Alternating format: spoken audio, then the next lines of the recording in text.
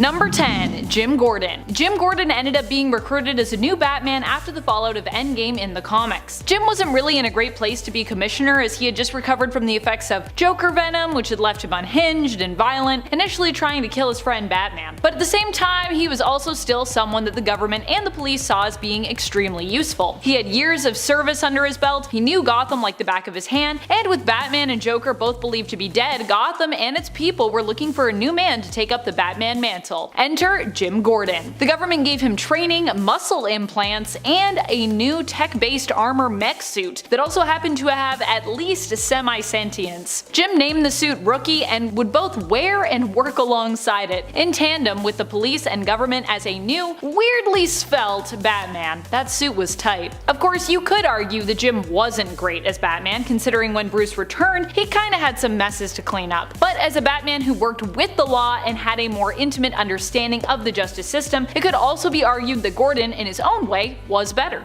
Number 9. AZRAEL. Depending on your opinion of how best to deal with criminals, there are some who think AZRAEL did a bang-up job as Batman and even would like to see him return to the mantle. AZRAEL ended up acting as Batman after Bruce Wayne had his back broken by Bane. Batman ends up leaving Jean-Paul Valley in charge while he works on healing up and recovering. At first, AZRAEL seemed like a pretty good replacement, but he quickly gets wrapped up in his mission to bring criminals to justice. AZRAEL is considered to be more brutal and violent than Batman, going so far as to even kill criminals who oppose him, and not backing down when Bruce finally returns to take the Batman mantle back. Bruce even has to call in backup from his Robins to take down AZRAEL in the end. While Jean-Paul was definitely a different kind of Batman, he was a kind of different that some prefer. And friends, before we move on to our next spot, if you are loving this list and you want more seemingly impossible lists like this one, be sure to let us know by giving this video a thumbs up. Number 8. Damian Wayne. And if you like supers who are not afraid to kill, do I have a Batman for you. Damian Wayne in the alternate future that is Earth 666 ends up becoming Batman after the current Batman, Dick Grayson, is killed by exploding Jokerfish. With Grayson dead, Damian believes that the only way to fight against crime is to go to extremes, believing that killing is the only way. Needless to say, this stance creates a lot more problems for Gotham, and especially for Commissioner Barbara Gordon, who becomes kind of a sworn enemy to Batman. In the end, Damian as Batman does bring about the destruction of Gotham and possibly the destruction of the world, but in a way, he was still super successful in what he set out to do. Damian created a bargain with the devil, trading his soul in exchange for becoming the eternal protector of Gotham, which is what happened. Of course, as with any wish or deal with the devil, there's always a twist. And in this case, the twist is that Gotham ends up being destroyed due to a nuclear strike. Still, Damian does protect Gotham till the very end of its existence. What more can you ask from Batman? Other than to, I guess not let Gotham be destroyed, which is a fair ask, I suppose. Number 7. ELIOT NESS. ELIOT NESS becomes the Batman in the Elseworlds story Batman Scar the Bat from 1996. The reason why I think ELIOT NESS makes a better Batman than Bruce Wayne? Well, because he's based on a real-world character who actually fought to stop criminals in Chicago during the Prohibition era. He was a special agent who was known for taking down Al Capone with the help of his fellow law enforcement team, who were known as the Untouchables. In Scar of the Bat, we see ELIOT NESS as a 1920s version of Batman, supposedly the one who inspired the character from the comics. Ooh, at least in this version of the story. When ELIOT NESS finds he can't do enough within the limits of the law, he becomes a vigilante, taking up the mantle Batman because he fights crime sometimes with a bat. In turn, this weapon is chosen by Ness as Batman to scare criminals like Al Capone, who himself was known for beating those who betrayed him to death with a baseball bat. That's a scene that happens at the beginning of this comic. In the end, ELIOT wins the day and hangs up the Batman mantle, allowing one of his colleagues who is on his deathbed to claim to have been Batman so as not to besmirch Ness's name and ensure that the criminals get booked the proper way. Basically avoiding any hearsay, because if you're a vigilante and you try to take someone for justice, people won't be like, but you're a criminal, so it's all thrown out. One of those things. After recounting the truth to his biographer years later, ELIOT NESS seemingly dies in his sleep due to a heart failure at his kitchen table, which I believe is the actual way that ELIOT NESS died in history. So yeah, I like stories where characters get to be heroes from history, because I like history. Number 6. Jace Fox, aka Timothy Call Me Jace Fox, the son of Lucius Fox and Tanya Fox and brother to Tiffany, Tam, and Luke Fox. This might be a hot take, but I would argue that Jace was a better Batman because he chose to step up to the plate at a time when Bruce Wayne basically couldn't be Batman. So at that time period, he was better since Bruce wasn't even Batman, but was instead the Dark Detective, having to operate, well, more in the dark due to being a super wanted criminal. However, Jace saw the importance of the symbol of Batman and decided to take up the mantle in Bruce's place, despite the danger. He might not have as much experience as Batman, but he definitely comes with his own skill set and training backing him up. Jace's Batman in Future State also has access to future tech that current and past Bruce doesn't, because Future State. Number 5. Helena Wayne. While Helena Wayne might not even exist in the main continuity, at least not yet, although she's definitely been there before, that hasn't held her back from being one of the most extraordinary and capable Bat family members from the multiverse. On Earth 2, or one of the Earth 2s, because there's kind of 2 Earth 2s, Helena ends up taking up the mantle of her father, becoming the new Batman. She wears colors similar to Batwoman, red and black, but decides to keep the mantle as is, as opposed to changing it to match her own gender identity. Helena lives up to the name too, and while we don't get to see too much of her in terms of her capability, just knowing Helena Wayne from the comics and from both Earth 2s, I can imagine she would not only do her father proud, but also potentially end up surpassing him in terms of her capabilities, having learned herself from the best. This version of Helena also trained under Bruce as his Robin and was there with him when he died, doing her best to defend her father before the building that he was in exploded. Number 4. Dick Grayson. Dick Grayson was Batman's first Robin and would end up taking up the mantle of Batman after Bruce Wayne's supposed death at the hands of Darkseid. In reality, Batman wasn't dead, but had simply kind of been blasted through time. Dick did such a good job with the mantle that even when Batman was revealed to have survived the events of Final Crisis and he returned, he actually didn't make Dick hang up the cape and cowl. Instead, in the one-shot Batman the Return, Bruce asks Dick to stay on and operate as Batman in Gotham in his stead, while he heads out to manage Batman Incorporated, which was pretty cool. I feel like you know you did a good job as Batman when you get the stamp of approval from Bruce, which is definitely what Dick got as Batman and what Damian got working as Grayson's Robin. And you definitely are considered to be trusted when Bruce gives you Gotham to look after, which is definitely the city closest to his own heart. Number 3. Superman. When Superman ended up swapping powers or lack thereof with Batman in 2003's Superman/Batman, Superman proved to be the one who was better. Batman with Superman's powers ended up kinda losing his grip on reality. He believed that he could hear his parents' voices and became super violent in his fight for justice. The other heroes of Earth attempted to convince Batman to swap back his powers with Clark and let him help them, but he refused. In the end, it was up to Superman as Batman to stop him, which, even without powers, he did. He ended up luring him back to Earth and employing the help of fellow colleague, friend, and hero Zatanna. While Zatanna is the one behind luring Batman to Earth with illusions of his parents and is the one who reverses the swap, in the end even Bruce admits that Superman did a great job as him, suggesting that the swap was about more than powers, as Superman behaved and acted just as Bruce would have in his position, and did whatever it took, putting himself in danger to ensure the world was safe. Number 2. Batman 1 Million. Batman 1 Million is of course from the future, way in the future. He hails from the alternate future known as DC 1 Million, coming from year 85,300. That's right, 85,300. What a year. There he guards the galaxy's most dangerous criminals who are held within a prison on Pluto. This Batman's identity is unknown to us, but we do know a bit of his backstory. He was one of the thousands of victims who was forced as a kid to watch the death of his parents at the hands of villain Zaron, while others were driven to madness or took their own life. This hero instead was inspired to make sure an act like this never happened again, taking up the mantle of Batman. Batman 1 Million, being from the future, has a unique physiology which grants him superhuman abilities such as telepathy. He also has future tech, and off-the-charts IQ of over 1,000, not actually possible if you know how IQs work, and was one of the heroes who helped to save the Earth from the traitor Starman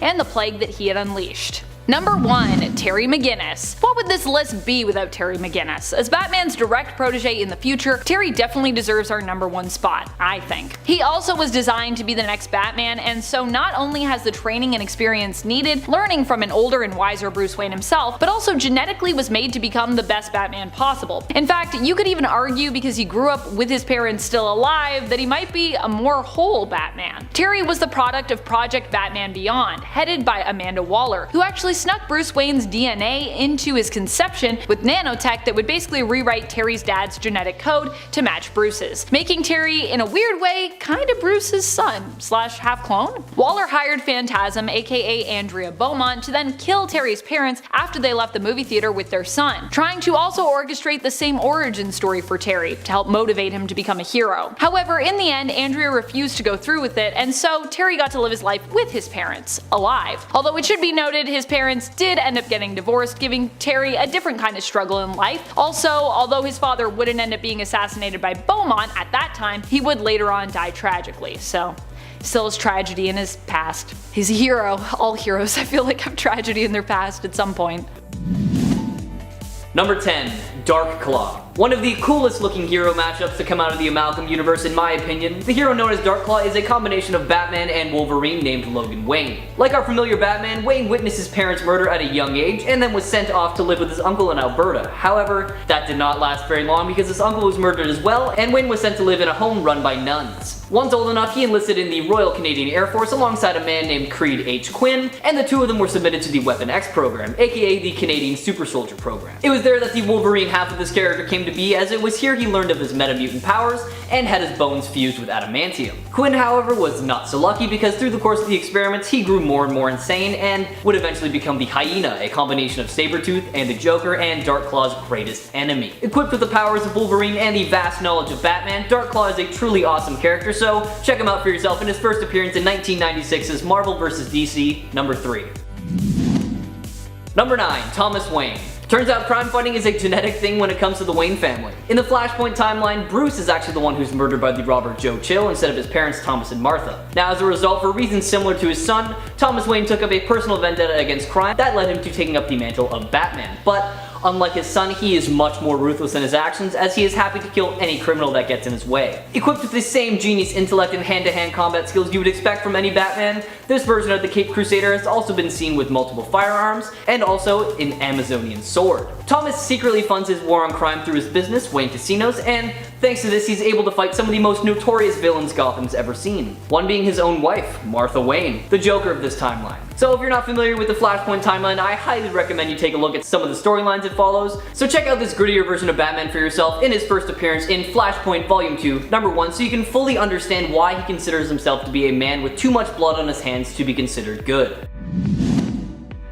Number 8. Grim Knight. This version of Batman is from the Dark Multiverse and serves under the Batman Who Laughs as basically a gun for hire, acting as his second in command. In his timeline, Bruce's origin story is pretty much the same as his Primary's counterpart, however, he kills Joe Chill right after the murder of his parents when Chill drops his gun and gives him the opening. For the next several years, Bruce traveled the world honing his skills as an assassin and eventually returns to Gotham City to strike fear into the criminals' hearts as this universe's Batman. He has done some truly terrible things, such as making Jim Gordon watch as he made two highly explosive blimps crash into both Arkham Asylum and Blackgate Penitentiary, or when he tortured Mayor Harvey Dent with radiation until he was allowed to put up surveillance cameras all over Gotham. Sure, all that made Gotham a much safer place, but there was definitely a better method to it. With a full arsenal of weapons hid around the city of Gotham and on his person, the Grim Knight is truly merciless and not someone you want to mess with. First appearing in 2019's The Batman Who Laughs Volume 2, Number 1, Grim Knight truly shows how dark a Batman who kills can be.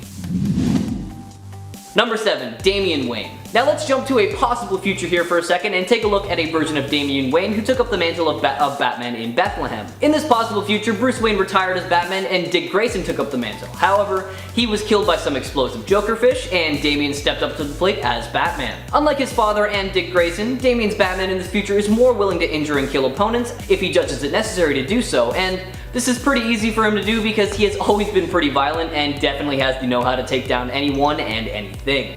Now, it's heavily implied that in this possible future, Damian made a literal deal with the devil, exchanging his soul for immortality and the healing abilities he felt he needed to protect Gotham. And he felt this had to be done because he couldn't measure up to his predecessors, being his father and Dick Grayson. Using the city of Gotham as a weapon itself by setting traps throughout it, we've seen this Batman go up against the likes of Two-Face in order to save a young Terry McGinnis, who he eventually takes under his Batwing, training him to become the next Batman. Why not check out this possible future for yourself in 2007's Batman number 666. Number 6. Batman 1 Million. In the far-off 853rd century, criminals and crime fighters are still very prevalent, and the most dangerous criminals are actually imprisoned on the planet Pluto and overseen by this new Batman. Their secret identity is not known, but we do know that he was one of the children that Zara forced to watch their parents' murder, and from that day on, he swore to never let such a tragedy happen again. They chose the symbol of the bat because he thought it stood for something more than just fear, stating it stood for justice and as an ideal. He studied for years on end, honing his fighting skills and knowledge in as many physical and mental techniques as possible, and all of that eventually paid off because he was eventually offered a position on the new incarnation of the Justice League alongside Superman and Flash 1 Million. After years of working together, they all went back in time to invite the Justice League of the 20th century to see the rebirth of the first Superman, Superman Prime. Much to their surprise, their companion Starman betrayed them and unleashed a plague onto Earth, and with the real Justice League being unable to stop them, Justice Legion Alpha stepped in to help them. Batman 1 Million worked with the 20th century Batman to find a way to stop Starman's plan, along with Dick Grayson and Tim Drake, using the technology of the Batcave, and together, they were able to stop his plan, ending with Starman returning to the light once more to stop what he had done. Give this storyline a read for yourself, starting with 1998's JLA number 23. Number 5. OWLMAN. Thomas Wayne Jr. from the Antimatter universe is the son of Thomas and Martha and older brother to Bruce. After his family's murder, he decided to take up the mantle of OWLMAN. However, unlike Batman, Thomas wanted to conquer the villains he went up with rather than just fight them. Thanks to his father's wealth that he was left as inheritance, Thomas underwent years of training and general enhancement so he could enact his plans of conquering Gotham's crime world. Alongside the other members of the Crime Syndicate, a group who is basically the evil version of the Justice League, they managed to establish and maintain control over a large portion of their Earth, even though they were up against other powerful organizations such as the Young Offenders and the Crime Lodge. Eventually, the Crime Syndicate began kidnapping people from the 52 multiverse matter-based worlds, and were visited by our Justice League to retrieve the people from the Justice League Earth. Thomas, along with Superwoman and Ultraman, were banished to a prison subdimension while Johnny Quick and the current Power Ring were captured. Highly recommend you check out the storyline for yourself, so check out OWLMAN in his first appearance in 2000's JLA Earth 2. Number 4. AZRAEL.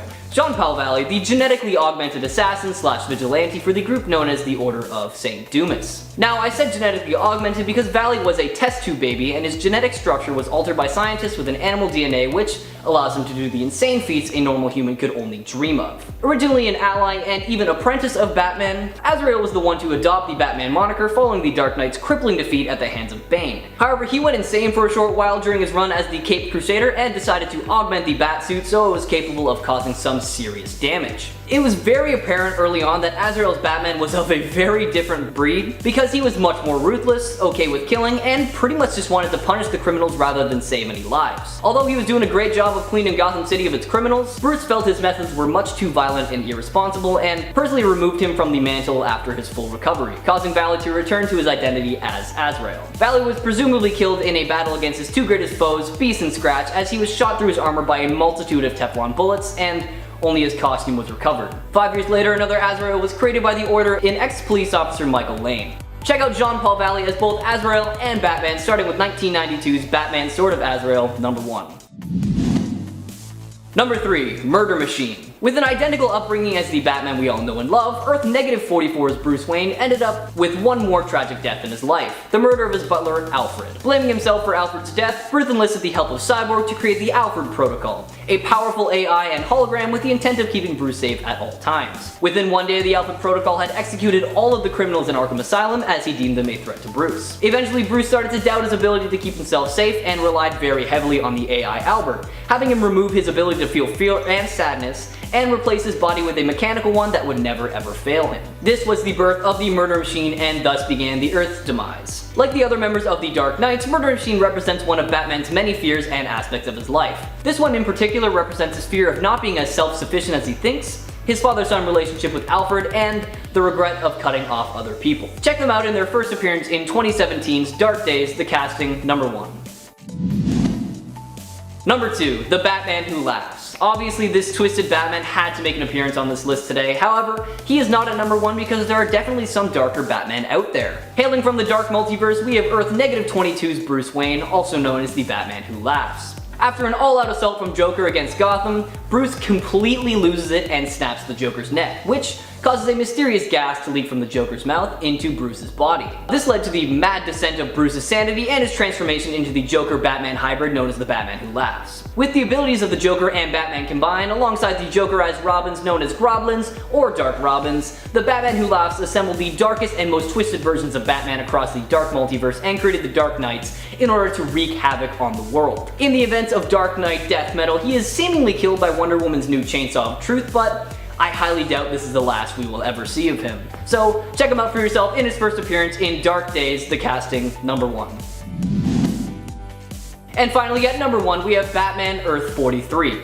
Now, not a whole lot is known about this Batman's life prior to his introduction, but it can be assumed that it was similar to the Batman origin we're all familiar with. You know, Parents' death leads to training, leads to becoming Batman and fighting the likes of the Joker, the Riddler, etc. After discovering that the most famous vampire, Dracula, is still alive and operating in Gotham City, Bruce realizes that his recent dreams were the result of him being visited by Tanya, another vampire who was once under Dracula's control. Tanya had actually been biting Bruce but hadn't been taking any of his blood. She was instead infusing him with vampiric powers without destroying his humanity. Thanks to these new powers, Batman now possessed some incredibly enhanced senses, super strength, and more alongside his immense knowledge of hand-to-hand combat. With enough power to now kill Dracula, Batman confronts and kills him by impaling the vampire on a tree.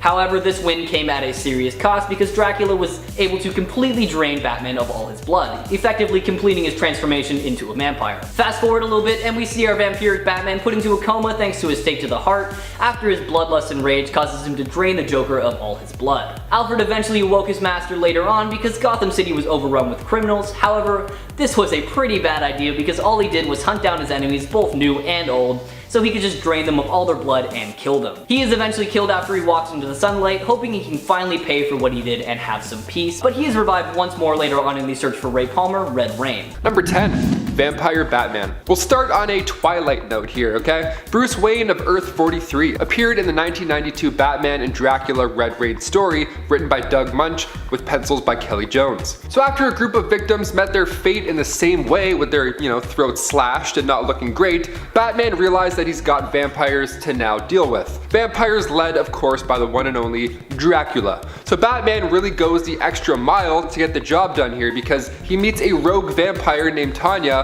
and opts to get bit. He's like, right here please, thank you. He turns himself into a vampire in order to fight Dracula. Awesome, sold. Debit, thank you. Okay, so now Batman lures these rogue vampires into the Batcave, detonates an explosion, completely dusting Wayne Manor, so now all this sunlight hits the bloodsuckers, poof, they perish, and Batman used his new wings, his actual bat wings, and then flew to fight Dracula. Bat Bruce won the fight by impaling Dracula on a broken electrical pole. Bruce wasn't looking good also. He lost a lot of blood, so he actually died, but the Batman will live forever as now a vampire, so that's good. That's a positive ending, I think. Number 9, the Batman Who Laughs. Coming from the dark multiverse, first appearing in Dark Days the Casting, created by Scott Snyder and Greg Capullo, comes a twisted Earth 22 version of Batman, the Batman Who Laughs. Sounds like a good time, it's actually a nightmare. The Joker here is cruel. He goes on a spree throughout Gotham, just chaos, pure chaos. He took out Jim Gordon, and then he poisoned Batman. So once Batman was able to move his body again post-poison problem, he broke the Joker's neck. But even so, the Joker was prepared for this. After the snap, he let this toxin out that infected anybody near him. So Batman now got infected. Cut to 2 days later, Batman and Superman are talking about what just happened. Then when Superman tells Bruce that a kid infected by Joker venom bit a doctor, Bruce Wayne laughs. He lets out a little laugh, but he catches himself after, and even Superman is thrown off. He's like, okay, something's not right here. So a day later, Bruce called the team to the Batcave, and he went full Omni-Man. He took out the entire team before anybody really caught on to this new personality. Weird and evil. This list is dark already. Number 8.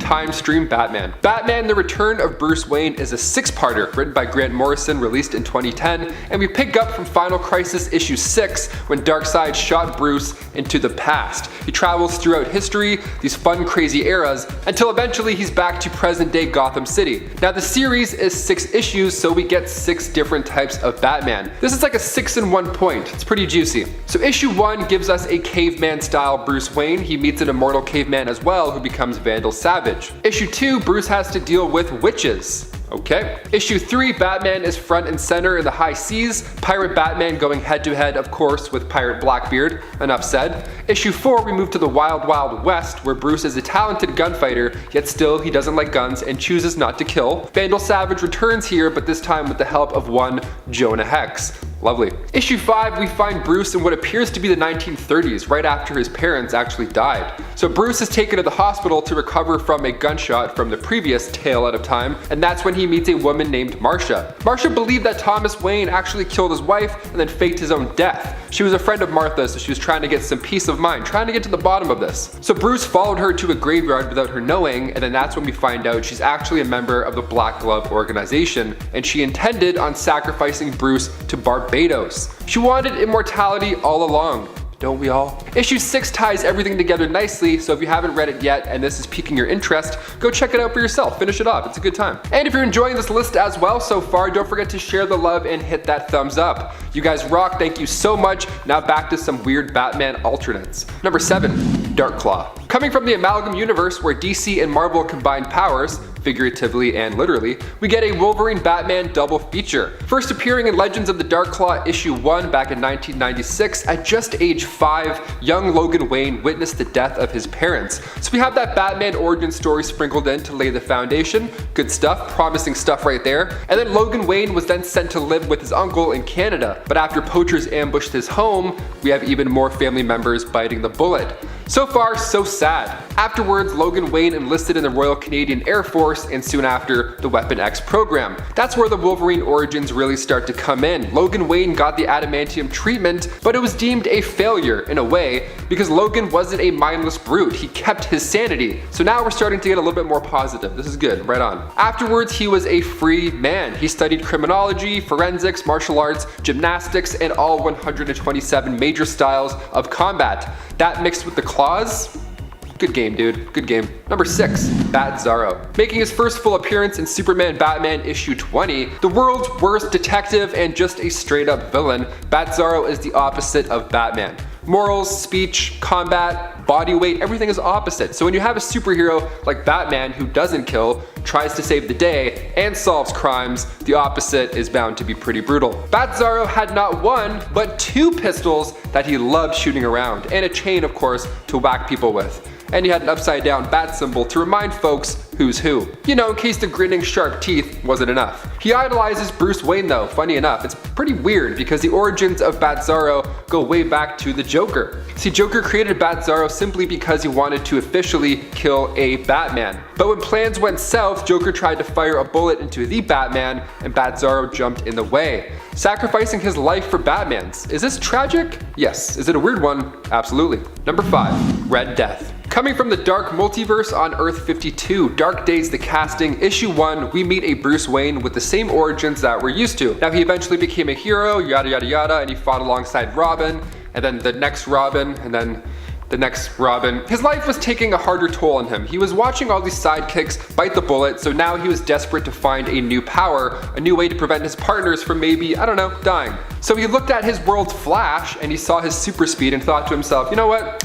I could use that Speed Force better than him. What a statement right there. So he took out every Flash villain himself, kept their advanced weapons, and then used those weapons to fight the Flash. He drove them both into the Speed Force with the Batmobile and the Cosmic Treadmill, and then he absorbed all of Barry's super speed. Now after Batman came back from said Speed Force trip, he referred to himself as Batman the Red Death, where he would then brutally kill Gotham's criminals in the blink of an eye. But here's the kicker, here's the bad part. Gets worse rather. Barry still lived inside his mind. He would beg Batman, or sorry, Red Death, to stop the killing. Imagine hearing somebody in your head. I mean, that alone is a nightmare. Number 4, Civil War Batman. Batman teaming up with Abe Lincoln.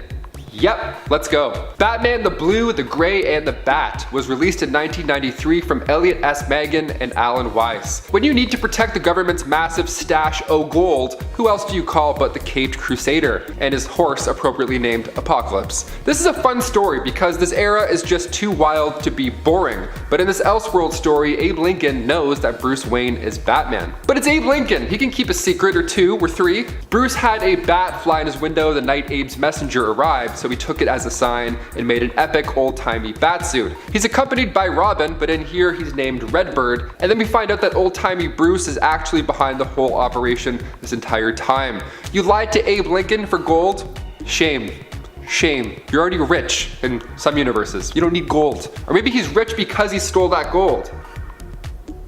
Number 3, Bat Baby. Making his first steps in Batman issue 147, the 600th time Batman appeared in comics, we see Bruce Wayne as a baby. So after Nails Finney and his gang made a shrink ray, they set their sights on Batman and it worked like a charm. It was only a shrink ray though. He didn't de-age mentally, which is even better almost. So now he had the same strength and aggression as a full-grown man in a toddler's body. This sounds like the worst case scenario, but Batman was kind of okay with it. He worked with what he got. He's like, okay, if people are gonna treat me as a baby, I'm just gonna dress like a baby. And then he wore a bat suit that no baby has ever worn ever. Classic Batman. Number 2. Holy Batman. Batman Holy Terror was an Elseworlds one-shot released in 1991, written by Alan Brennert. We find Reverend Bruce Wayne. How holy and fun is this? It's 1658, and in this universe, Lord Oliver Cromwell recovered from that fever and he maintained his hold on England. Later in the 20th century, Thomas Wayne, physician to ye old Gotham Town's council, was killed, same with his wife. Now James Gordon is on the case trying to get to the bottom of it, but he believes this was more than just a mugging. So he befriended young Bruce Wayne to maybe try and find some more info. Cut to 20 years later, Gordon is now Gotham Town's High Inquisitor, and Bruce is about to become a priest, and that's when Gordon finally tells Bruce the truth about his parents. He reveals that a man named Joseph Chill was behind the whole thing. The government took down one of their own. How peculiar. Priest in the sheets and bat freak in the streets. That's how we like it. And finally, coming in at number 1, The Bat. Batman Castle of the Bat was released in 1994, written by Jack C. Harris with pencils by Bo Hampton. We're really leaning into the literal bat theme on this list. I kinda love it, not gonna lie. Taking place in South Germany 1819, we get a scene similar to that in The Dark Knight. A masked highwayman robs a carriage. The passenger asks the man if he's ever heard tales of the demon who protects the land, and the highwayman scoffs, says, "Oh, that's just superstitious, I don't believe in that." And then a bat monster comes in and rips his head off. Dr. Bruce Wayne hears about this attack, and at his home, his castle rather, he tells his hunchback servant Alfredo, that the beast had attacked once again. What beast? What is he talking about? So when Bruce was a kid, his parents were killed in a carriage on a road. So Bruce and Alfredo found Thomas Wayne's brain, collected some body parts, added some electricity, and voila, now Thomas Wayne is back. And he looks like shit. Once bat fluid is added, he becomes a living nightmare of a monster, and his first plan was of course to get revenge on the same guy who killed him decades earlier.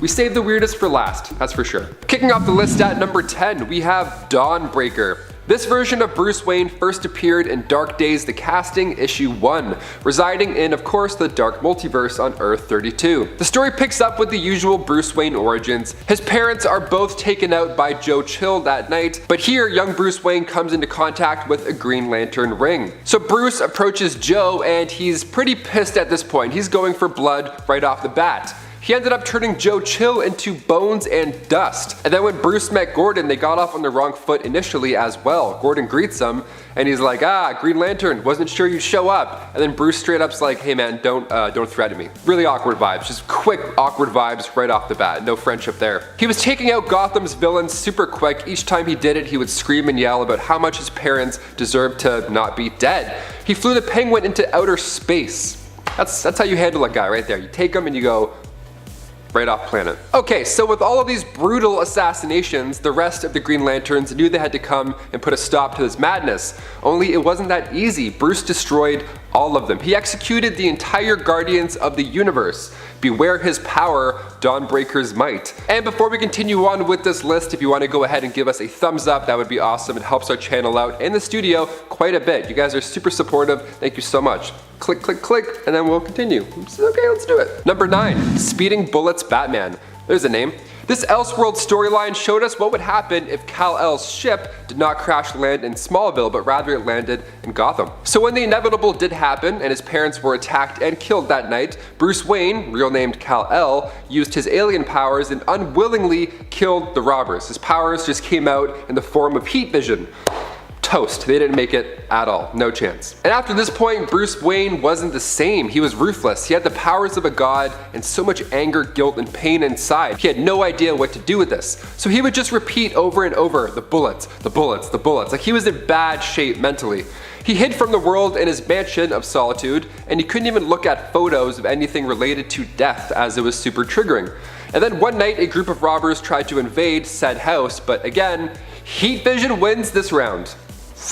Didn't make it. A little older and a little wiser, Kal-El decided that now is time to use his powers to get the job done. Help out, you know, be a role model. He took up the identity of the Batman, but still, just because he rocked the cape doesn't mean he was doing all the right things. For example, when Lois Lane was kicked out of Lex Luthor's limo later on, she was about to be attacked by thugs, but Batman came in and burned their flesh while splintering their bones. Or you could fly them to jail. Or vaporize their eyes. That works too. You can vaporize their eyes. That's sure, that gets the job done. Number 8, Dark Claw. Veering out of the Dark Multiverse for a hot minute, we have to talk about Dark Claw. Coming from the Amalgam universe, where DC and Marvel combined powers, literally, we get a Wolverine-Batman mix. He first appeared in Legends of the Dark Claw issue 1 back in 1996, and his origin story is a hot mess. At just age 5, Logan Wayne witnessed the death of his parents. The usual stuff, but then he was sent to live with his uncle in Alberta, Canada. Better bring a jacket. It's cold. His uncle too bit the bullet after poachers ambushed him. So Logan Wayne enlisted in the Royal Canadian Air Force when he was of age, and shortly after was submitted into the Weapon X program. So much amalgam fun. There Logan got the adamantium treatment, but the Weapon X program was terminated because it was deemed a failure. Why, you ask? Logan Wayne still retained his conscience. So where to go next but to travel the world? Logan studied abroad. He studied a variety of crime fighting skills in his time. He studied criminology, forensics, martial arts, gymnastics, you name it. This guy learned all 127 major styles of combat. And yes, Thumb Wars is included. You never know, you never know. That mixed with Wolverine's abilities, I mean, you're screwed. Good game. Number 7, 1800s Batman. Batman Gotham by Gaslight, a tale of the Batman, written by Brian Augustin and brought to life by Mike Mignola. Here comes a tale from the Victorian era where Batman is hunting down Jack the Ripper. So it's 1889, and while these attacks are happening over and over, the general public is starting to whisper through the winds and talk amongst themselves in the shadows that maybe, just maybe, it's Batman who is committing these crimes because, well, he's dressed like that. Pretty fair assumption. We love some Victorian drama. Let's get spooky. So we get historic killers here, we get old-timey gangs, Bruce gets framed. It's an entirely new version of Batman, but it's an older take on the Caped Crusader. To see Batman purely rely on his detective skills more than anything makes for a really enjoyable story. I mean, there's no crazy gadgets or cool Batmobile that flicks him up a building. He's just like, I got it, I'm a detective, let's do this. Steampunk Batman for the win. It got the feature film treatment in 2018 with Sam Liu directing, so if you're looking for an old-timey superhero animated flick with Jack the Ripper, there you go. Just made your day. What do you know? Number 6, Thomas Wayne. Coming from the Flashpoint storyline released back in 2011, written by Jeff Johns and Andy Kubert, Thomas Wayne, Bruce's father, was actually the one to become Batman in this timeline. Now in this universe, Bruce Wayne was the one who got shot that fateful night and he bit the bullet. The world of Flashpoint is this altered reality where Barry accidentally ends up in, where Batman is older and much more violent. And not so much as a detective like Bruce. See, what happened was, in this alternate reality, Bruce's mother, Martha, is so traumatized that she becomes the Joker.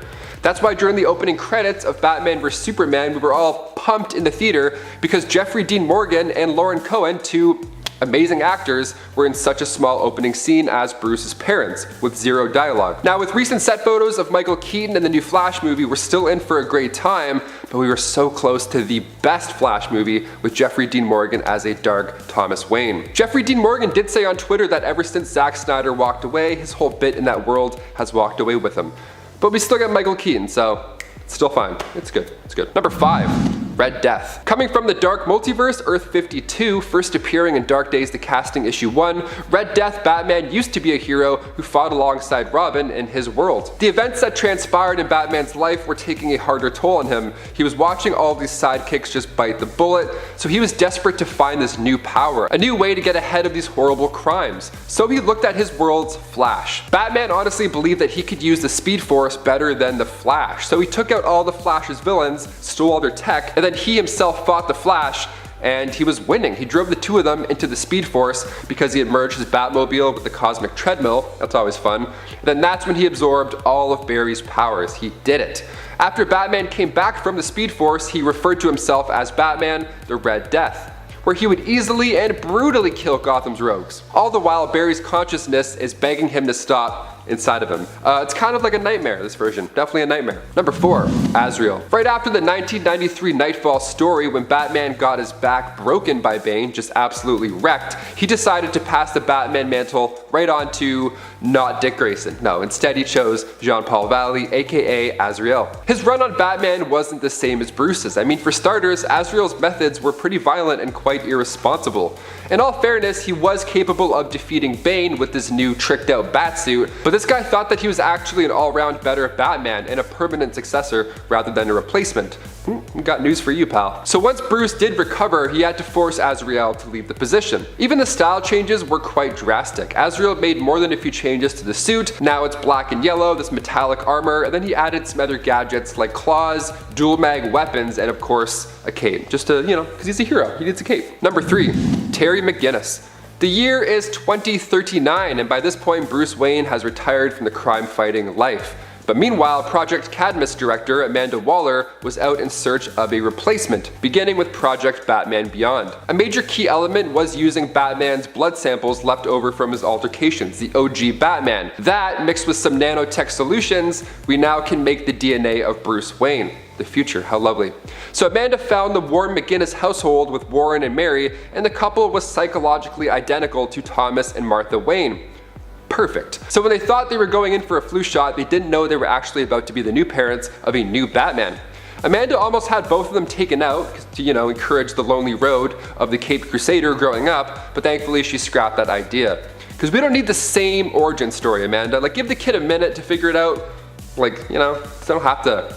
We don't need to. Turns out you can't avoid fate still, because down the road in Terry's teenage years, his father ended up getting killed, and Terry believed that it was actually the corrupt CEO Derek Powers behind all of it. So he got the help of Bruce Wayne, who was part of the merger with Derek Powers naturally. Then after facing off against the Joker's gang, Terry realized that Bruce was in fact this original Batman. So Terry stole his Batsuit and was determined to find justice himself. The Beyond suit is just awesome. Rocket boots, claws, cloaking device. The red and black, you can't get any better than that. Number 2, Batman. Coming from Earth 43, Batman is, well, he's just that. He's Batman who doubles down as a vampire. Nice. We see him for the first time in Batman and Dracula Red Reign. His origins are the same for the most part, how he became Batman because of his parents, all that jazz. That's the same. But then when he's patrolling one night, he starts to find victims all with the same injury. Their throats have been just slashed apart. Who could have done this? Why, Dracula himself, that's who. He gets help from a rogue vampire named Tanya, who was once part of Dracula's posse. And Batman is so wild, this guy willingly gets bitten by a vampire to become one, so then he can take on Dracula. Whatever it takes to get the job done, I respect that a lot. And finally, number 1. Batman, the God of all knowledge. The Mobius chair made its first appearance in New Gods issue 1, and the chair itself was created by Mobius, aka the Anti-Monitor. He gave the chair to Metron, but when Metron took his eye off the prize for a minute, Batman ended up becoming the God of all knowledge for a short time. What happened was Wonder Woman grabbed Metron with her lasso, yanked him right off, and then before boom tubes were summoned or anything like that, Batman just took that chance that he had and jumped on the chair. Musical chair style. Then the Dark Knight becomes the bright light. The whole team at this time is fighting Darkseid, and Batman's just floating in the background, just trying to figure out the universe. He's just searching for solutions via the cosmic realm. It's pretty spectacular. Things took a jump to overdrive when he also received a power ring. I thought he was a good detective before, but now, that's just OP.